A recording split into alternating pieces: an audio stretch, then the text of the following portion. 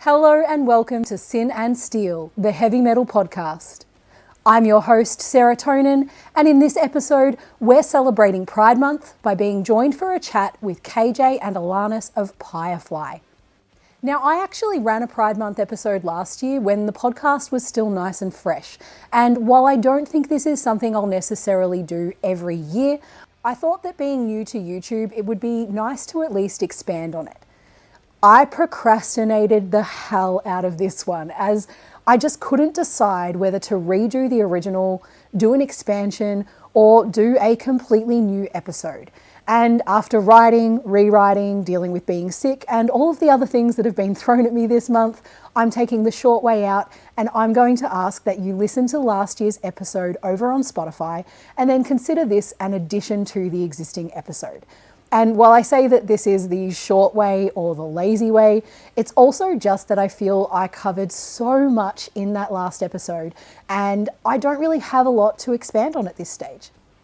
I'll throw the link in the description of the episode, but otherwise jump on Spotify, go to Sin and Steel and look for Season 1, Episode 4, Rainbow in the Dark. It's a music and talk episode, so it's cram-packed with tracks from a range of artists and it's loads of fun. But let's get into this one. What is Pride Month? In summary, Pride Month is a month of celebration of the LGBTQIA+ community, which is our lesbian, gay, bi, trans, queer, intersex, and asexual friends, as well as anyone else whose sexuality or gender identity sits outside of the mainstream or the cis heterosexual norm.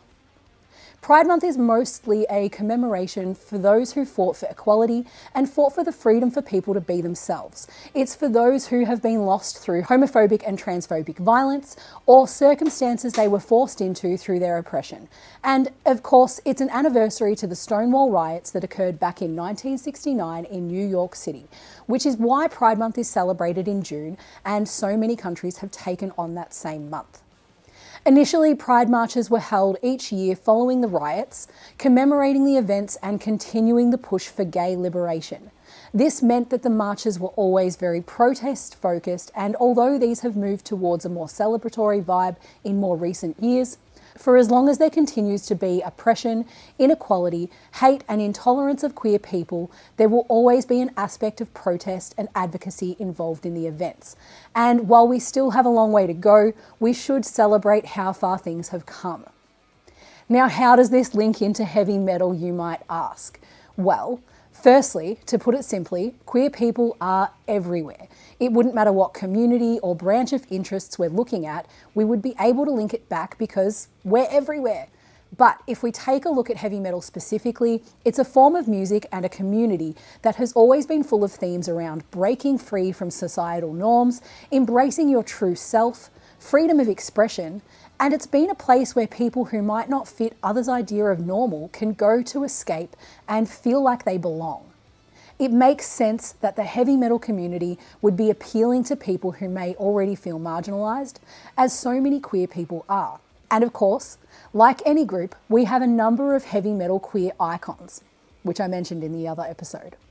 And apart from the information in my original episode around how recent a lot of the progress in this space has been, you only have to look at the comment section of any Pride-related social media posts to see why it remains necessary. So, as promised, for today's expansion on the topic, we have a couple of guests. I'm very pleased to be joined in this episode by KJ and Alanis of Pyrefly, who are fondly known as a band from Sydney who play metal. That's the tagline, right? I forgot about that. Yes, that's pretty much it. Yeah, we're a band, we do some music and call it a day. Yeah, there's people in the band and we do things. It's great. Yep. Thank you guys for joining me. In all seriousness though, where in the broad spectrum of heavy metal does Pyrefly kind of fit? Where do you guys see yourself? Okay, this one is a yes, great answer. This one is a huge thing that's been going on for ages. We always struggled early days trying to get onto the right bills because we had no idea what our sound actually was. Yep. Because we're just made up of all of our influences, which is so broadly ranged.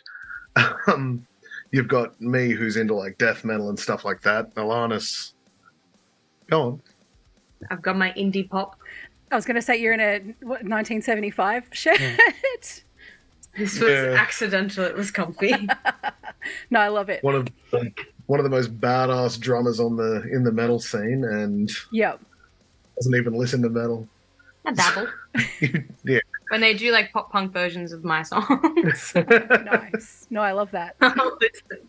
But we asked Dave Balfour of Metal Evolution, what genre do you think we are, and he gave us about 20 all tied into one thing. Yep.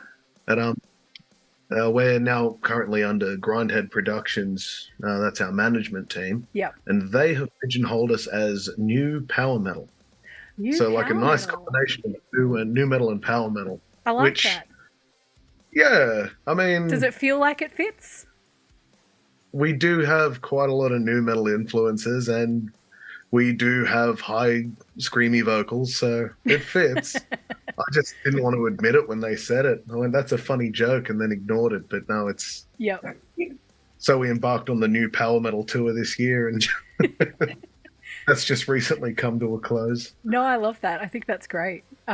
It's always just so interesting to me the way we categorize different heavy metal, and I love trying to pick things apart and see where they might fit, even if sometimes it's completely wrong or, other people might disagree. It's just fun to see what you kind of pull out of it. But you guys are an interesting mix. Like you said, you've definitely got some new metal influences that you can hear. But it's really funny because you're Australian, but you don't kind of sound like an Australian metal band. You kind of have like an American metal kind of sound. To me, anyway. A lot of that would probably come from some of the key influences that we've got. Like up until we started Pyrefly, Australian metal wasn't something that I really listened to. Yeah. And I mean, now all I listen to is local Australian metal. Over the last 10 years, my tastes have become very refined. Like Fuck yes. my playlist is made up of all of my friends, basically. Got to show them support, right? Well, there's music that you find in your local scenes that you wouldn't find anywhere else. Yep. There's like creativity and beauty in the things that we do that you're not going to find it on radios, or you're not even going to find it in people's suggested listening. It's just it's these nuggets that you find in those dingy dives that create music for the sake of love and passion. And like some of my favorite examples, Cunt Squad. I fucking love those guys. So fucking good, right? They're amazing. And you were terrified of them more than I was. I was scared because I thought Paula was going to punch me. It's terrifying. After yelling at me, I'm scared. Everyone's yelling, I'm crying. It's a whole vibe. I love seeing Alanis I love seeing Alanis see metalheads for the first time whenever we go out and there's like a big group. No, tell it right, because what you do is you throw me into awkward conversations. You go, this is my drummer, and I go, hello. I would never. And then you're like, this is this person in this band. I'm like, I have a terrible memory. He's like, we've played with them. I'm like, I'm sure we have. Yep. Sure, I've spoken to you before as well. Do you remember who the interview's with? No. I barely remembered what I was doing today. I thought I had work today, so we're doing well. I thought I had work tomorrow night. I have work tomorrow. Oh, that sucks. Memory of a goldfish. That's all right. You can remember to hold on to your drumsticks. So. Oh. We have a guy. Yeah, we have a guy that stands near the drums, and as I throw them, if I miss, he catches them for me. Oh wow, nice. We love Shane. We wouldn't be able to function without Shane. Yep. He's and we love him so much. He is more important. Like I could part with almost anyone in the band except Shane. The rest of them replaceable. That's true. Me too. Also replaceable. Yep. Shane, he is the heart and soul of Pyrefly. Nice. The crucial member. Yeah. Awesome.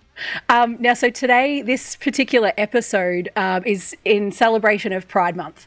And I guess it's, in a way, kind of an extension of an episode I did last year, except that was like very fresh into the podcast and I did it all on my lonesome. So it's nice to be able to do this again this year, but actually have some people join me who have their own place within the queer community. So I would love to start with, what flavour of queer or what, part of the alphabet do you guys associate with? A. Yep. For Apple. I'm not even joking. Yep. So I am Ace and have fairly recently discovered that about myself. Yep.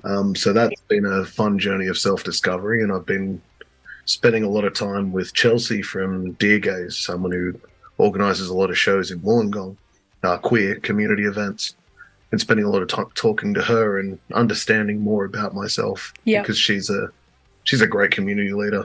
That's awesome. What about you, Alanis? I'm just a big old gay. I caught a horrible accident with the gays. It's very contagious, right? People are putting stuff in the water.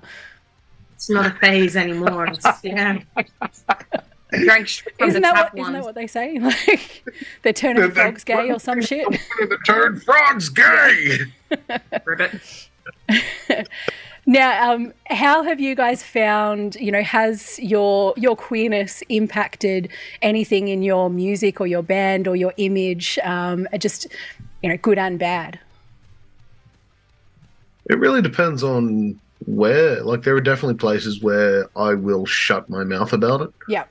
Like, there's a lot of places around, like a lot of venues in Sydney, and particularly when we do the rural paths, I just don't ask, don't tell. Yeah, that's fair. But yeah, not sure what your experience is like. It's not something that really comes up. Honestly, they're more shocked at the female drummer thing. I don't really get that far into my personality. Yep. It usually starts with, but now we're well known, so we don't get it as much. But like in the beginning, it was like cart all my stuff, had my cymbals, my drums, carrying everything because I'm an independent woman, don't need no man. Yep. Carry everything. I go to the gym, and it's so nice of you to help your boyfriend like carry all of these drums. And No. I'm like, I'm awkward. I'm like, yeah, okay, give me my stamp, please. I'm gonna go in. Yep. My like free entry stamp, and I'm like, okay, just don't say anything. And then Yeah. I get up and I play, and then they're like, oh shit, sorry. So I think they're just more shocked at the gender rather than anything else. Like, One of my favorite things when we were playing early days, seeing like the front row's jaws just drop as soon as she started playing. Yeah. I don't dress the part. Like I like Yep. to not look like I'm gonna be with them at all. So I'll wear like, there was a show I think I wore like a bright pink pineapple Hawaiian shirt. Nice. I was like, I'm happy. This is hilarious. I'm doing it for a gag. Yep. And then the boys have got their black cloaks, their chains, their vests, their Yep. metal. And I'm just like, la la la la la. Yep. Get up and then, maybe she's just helping set up. And then I get up and I play, and they're like, oh, no, she's not helping set up. And I get off and I'm dying, and I'm like, thank you very much. Nice to meet you. I'm going to go now. Go sit down. That's such a good way She's to approach it, though. Yeah. It's like, But it doesn't happen as much anymore, which Yeah. sucks because we're like unknown. Yeah. They're like, oh, you're stick girl. And I'm like, yeah. Yeah, I am. Yep. And what The- about in terms of like influences? So I guess one thing I mentioned in particular to you, KJ, was that I saw mention of a story about kind of your image and attending some queer events. I'd love for you to share some of that. Yeah, our first show at La La La's, the first Dear Gaze event, Chelsea reached out to us, and now the La La La's Dear Gaze events started because there was a drag queen that got the ever-loving shit kicked out of them in Wollongong, Yep. and they wanted to raise money to, help. And Chelsea reached out to us. I've known Chelsea for a while, and she said, "Hey, come join this." And I was like, "Yeah, that sounds great." But then, like, looking at who we were going to be working with, like there was us. Then there was It was a Wollongong local band. called the Sweaty Betties. We love the Sweaty Betties. Amazing. Queer punk band called Squirt Circle. That is perfect. I'll have to check them out. There was a solo bass player. I can't remember his name, but all he wore was straps and sang about sucking dick, and he was fantastic. Nice. Yeah, and then there was drag queens between each set, and sing everything. There was a drag king, and there was a drag king as well. And I looked at all of that and thought, oh my, we are going to look so bland. Like there's going to be nothing about us that really fits that place. Yeah. So started painting the faces. We got my now wife to, well, almost what, that's a whole story. We got my wife to, do our makeup, and it started off with just like black around the eyes, and then the veins started growing further and further. Yep.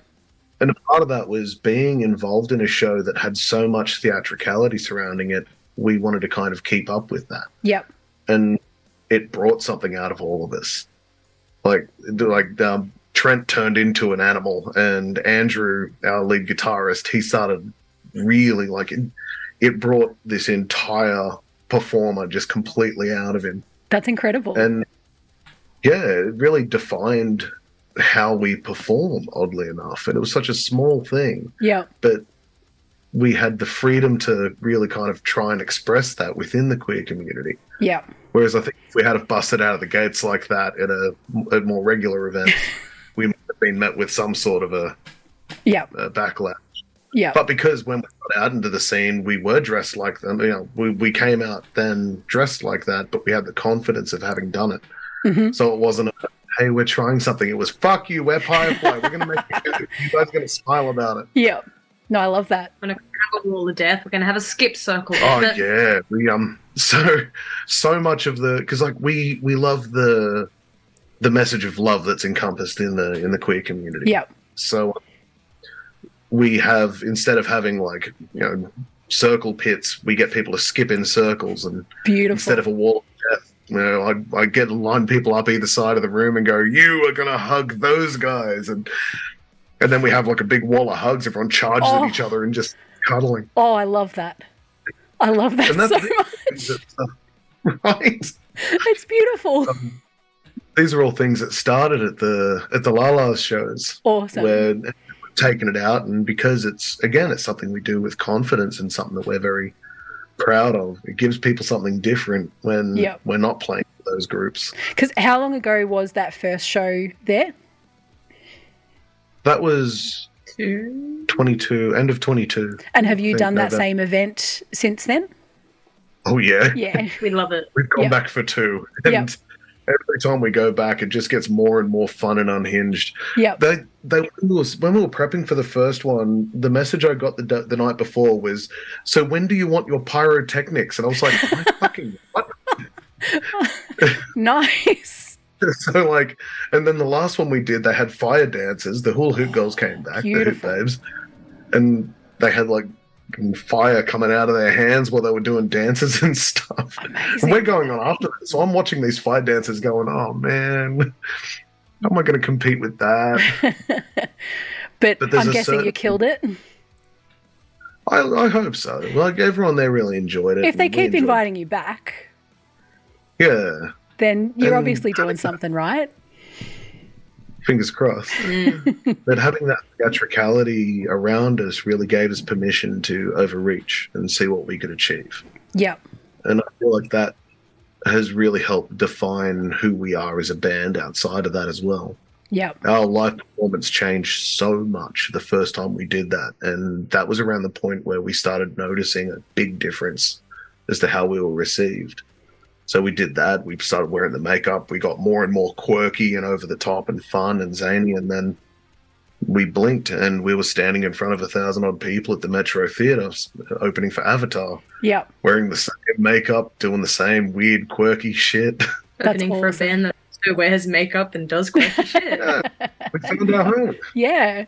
No, that's awesome. And like you said, a huge part of that would be that confidence that you kind of got through that process. Because, it's one thing to go, I'll put on some makeup and we'll do this thing and then go out. But if you don't have that confidence behind it, and that sense of identity behind it, it doesn't land. So No. yeah. And it's something that we cherish. Like, as soon as we get invited back for any of the Dear Gays events, we're there. Like, I mean, I would cancel other events to be I'm there. gonna say no questions asked. No questions.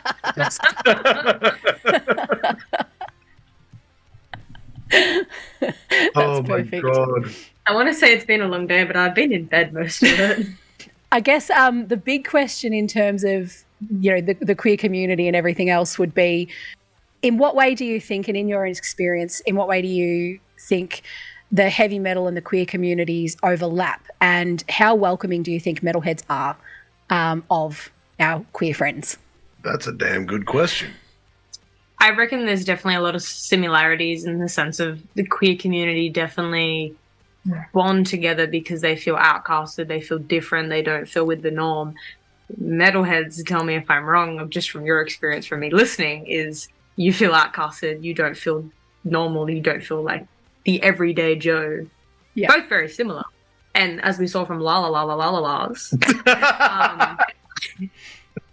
Fuck you. it comes together quite well, like without them knowing, and like you get like the odd old guy that makes a comment about like, the gays, but you're like, yep. You probably won't be here for long anyway, so like it doesn't matter. You means nothing to me. I'm gonna put a preface. I haven't spoken to many people today. Christ. That was brilliant. I really liked that. Perfect. That's amazing, you know. Well, I definitely agree with Alanis there. It's very much having that adversity that we face because of who we are, and like in metal's case, what we enjoy and what we identify with and what we hold dear to ourselves, and then in the queer community with who we are. Yep. It's having that, like having those communities bond together so beautifully is something that's nice. But I think there's definitely, especially with older demographics, bringing those two worlds together is a bit difficult at times. Yep. Played a fair bit in Penrith because I really like Elton Chong's. Great venue. Elton Chong's plug. Fucking bizarre place, but my God, 5 sticks out of 5. Great name. Yeah. Great name. It used to be I think it used to be a Chinese restaurant, and then they bought it and just didn't have, like, they couldn't reach the sign to change it, so they went, nah. That's the best. We'll just keep that. What's it called? There's a couple of people that have shown up to some of those shows that have been there to cause trouble. Yep. And you can generally see them coming a mile off. But and we have had people kind of staunch us in the pits and stuff like that and act out. And usually, like, there was one guy who spent ages talking to me about how he hates, excuse the French, but fags that wear makeup, and yep. He started telling me about how he likes to strangle emos, and I'm looking at him going, what the fuck are you saying? That's how you know he's not a metalhead. He's a poser. Yep. Look at this guy. Yep. I don't care about strangling emos and your opinion on the gays. Like, nothing you were saying matters right now. Yeah. Depart. Yeah. And then I remember we were in charge of the show, and I had the power to just make him go away. So, fuck out of here. Perfect. That's great. And did he leave? Did other people kind of push him out? Other people kind of pushed him out. He kept causing trouble. Yeah, I think usually the good ones will sort out the bad.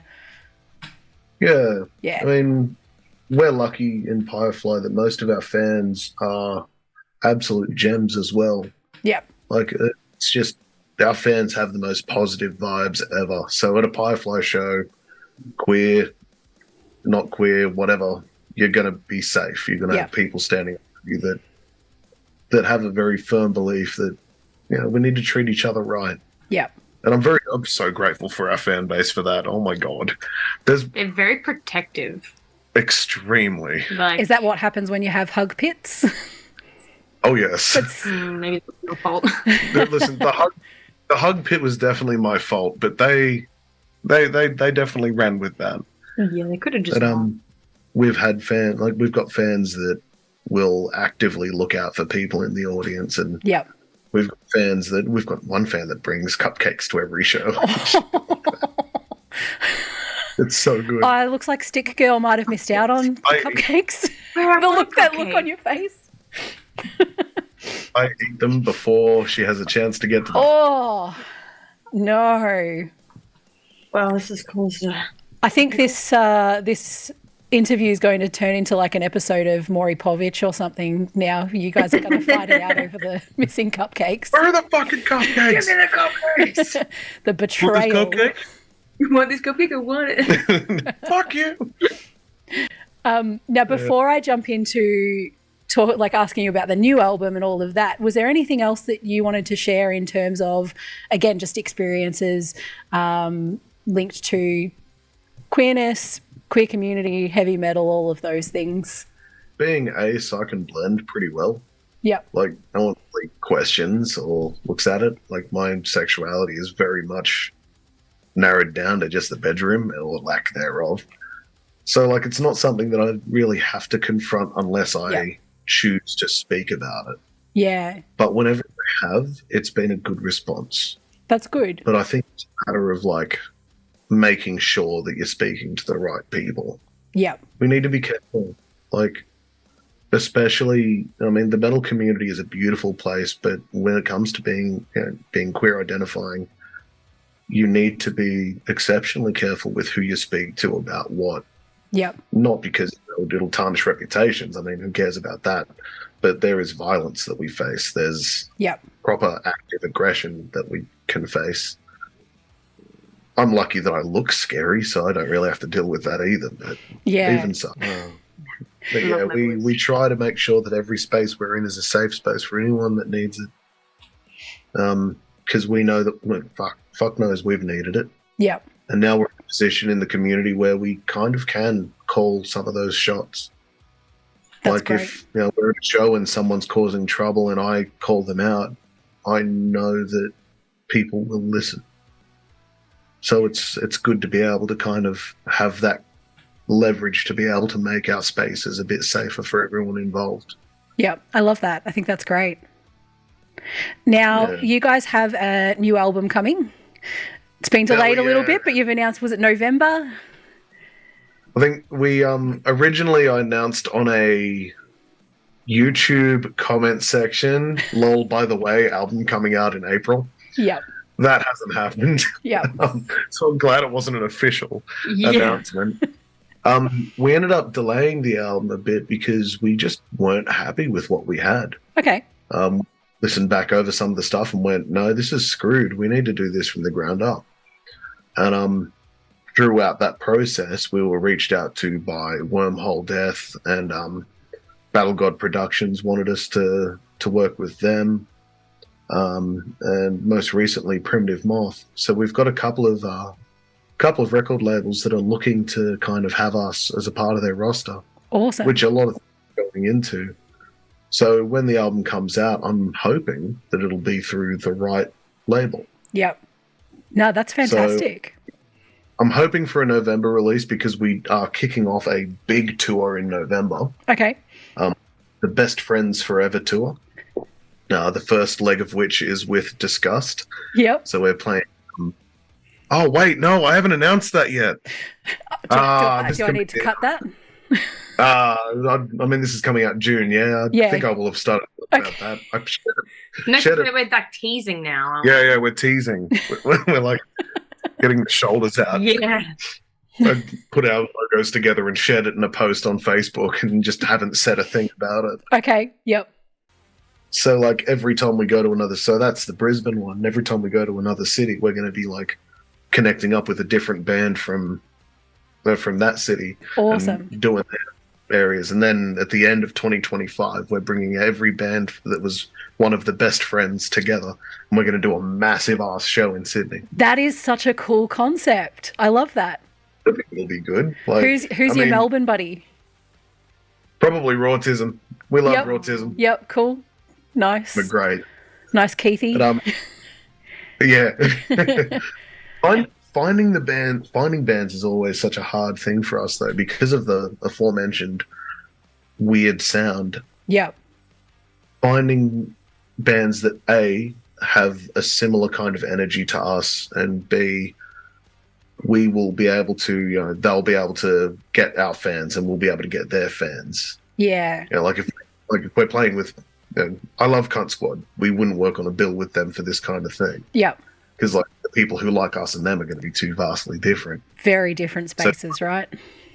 Yeah. So finding those just right fits is always a bit of a struggle for us, but we've got Grindhead Productions working on that for us at the moment. Awesome. Sorting out the who, what, where, when. But yeah, we're starting it off with Disgust this November. Perfect. No, that's such a cool concept. I love it.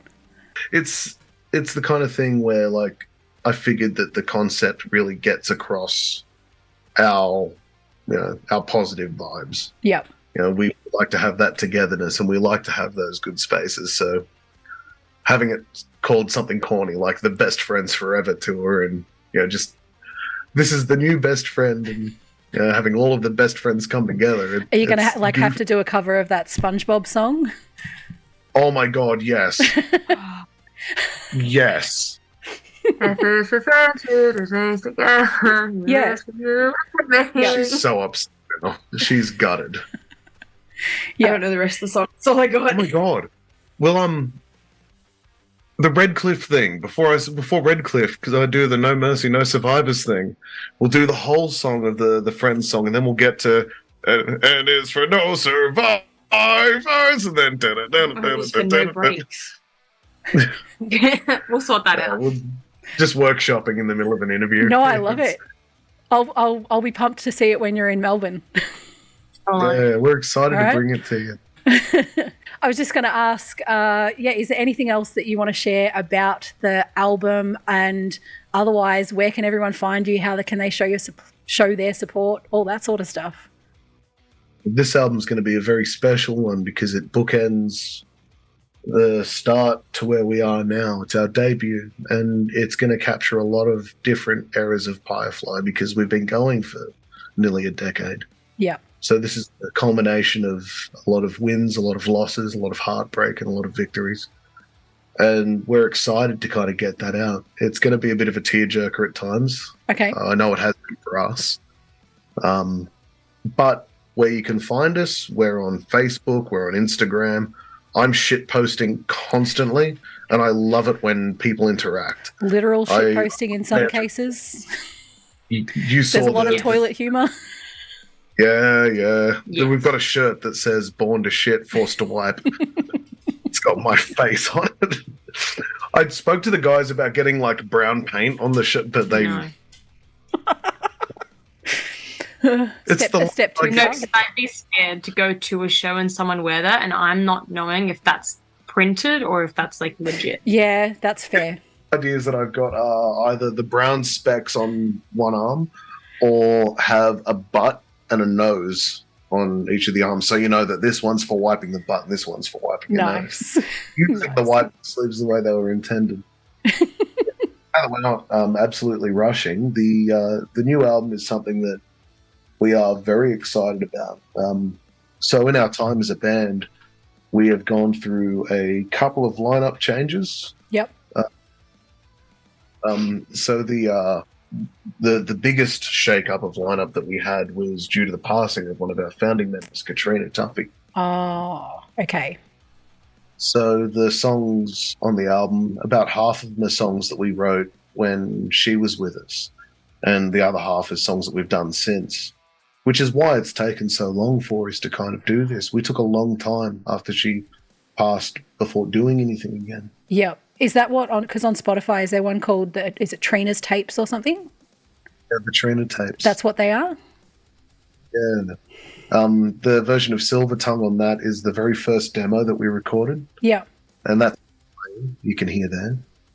And then the second one, I think I called it Close to Home. That's a performance that we did back when Frankie's was still going in Sydney. So that's, again, her playing. That's the original lineup playing. Nice. And that's also the song played at her funeral as well. Yeah. And we launched that on the anniversary of her passing. Oh, okay. And I think I didn't necessarily originally want to, Yep. but this year with the album coming out and us, finally taking a big step forward, it's at this point, it's no longer like we're carrying the pain wherever we go. It's more like we're just carrying the name. Yep. We're carrying a legacy, not the weight of the loss. Yeah. Now.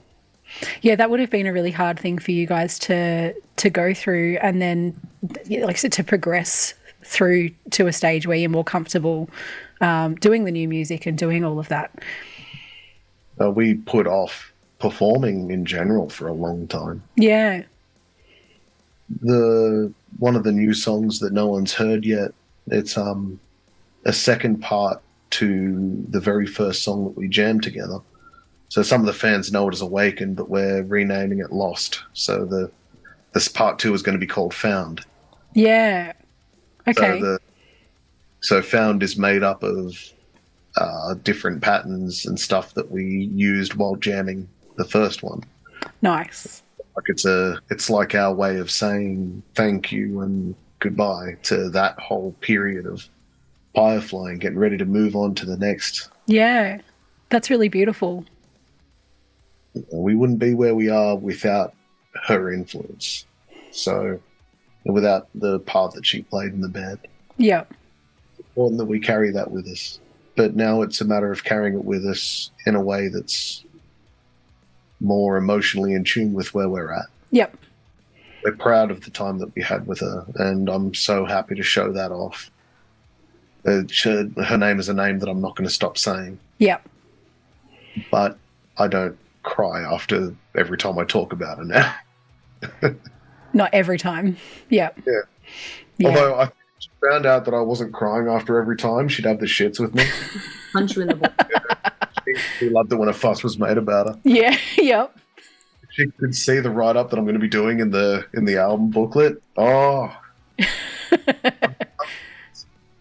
But you guys have got to wait for that one. Yep. We'll see it when it comes out then, I suppose.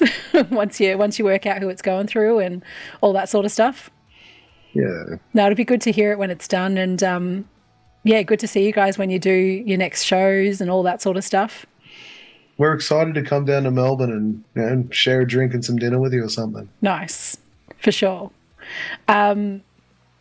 I'll make sure that when I share this out on social media and all of that, I'll tag you guys in the post so that people can be linked across. And, I hope that everyone goes and gives you a follow, gives you guys a listen, and waits with anticipation for the new album, and is ready to buy tickets to the Best Friends Forever tour. Best Friends Forever tour. Yep. So everyone be ready for that one, because that sounds like a lot of fun. Well, thank you so much for having us tonight. Thank you heaps for joining me. I'd love to know, are you a metalhead who's also part of the queer community? Drop me a comment, shoot me a message through social media, or email me at sinandsteel@outlook.com to let me know. If you enjoy the show, please subscribe to and share the podcast, and make sure to follow Sin and Steel on social media. Check out my Linktree to access playlists including songs from the episodes, and to be directed to the Sin and Steel Redbubble store for merchandise featuring artwork designed by me. Thanks for tuning in for this episode of Sin and Steel. I'm your host, Sarah Tonin, and sinners, until next time, stay queer.